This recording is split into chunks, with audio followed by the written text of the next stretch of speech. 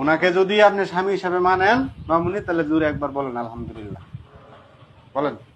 আমি মানি না। সব কিছু হয়ে গেছে, অনকন মানি না, তাহলে কেমন হইব?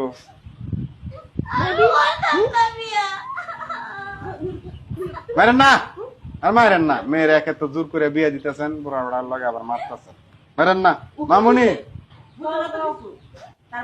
জামাইয়ের অনেক টাকা পয়সা আছে, কান্নাকাটি করেন না।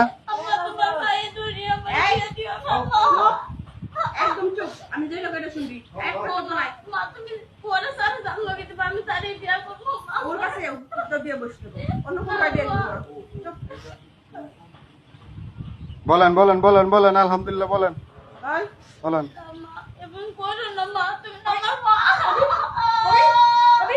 আরে আপনার একটু বুঝান না, দিকে তামসা দেখতেছেন, বুঝান একটু মেয়েটারে।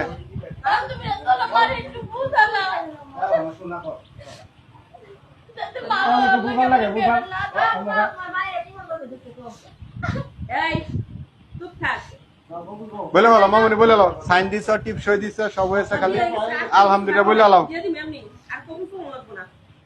15 লক্ষ টাকা কাবিন ধার্য করিয়া 10 লক্ষ টাকা উসল স্বর্ণ বাবদ 5 লক্ষ টাকা বাকি রাখিয়া আব্দুল মান্নান সাহেবকে যদি তুমি স্বামী হিসাবে মাইনা থাকো, দূরে একবার বলো আলহামদুলিল্লাহ। মা বলো বলো।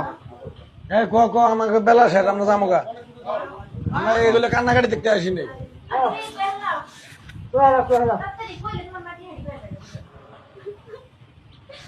আল ফল কেউ কথা কেন না, আল ফল কেউ কথা কেউ না। দেখি মামুনি বলেন বলেন আলহামদুলিল্লাহ বলেন, কান্নাকাটি করে লাভ নাই। আমার কত দেখতে আপনার মেয়েরা রাজি করেন, তাড়াতাড়ি রাজি করেন। বলেন বলেন মামুনি, কবুল বলেন, দেরি করেন না গো, নামাজের টাইম হয়েছে, যাইতে হবে আমার। এই যে তাড়াতাড়ি বল, কাজী সব কতক্ষণ বসে থাকবো?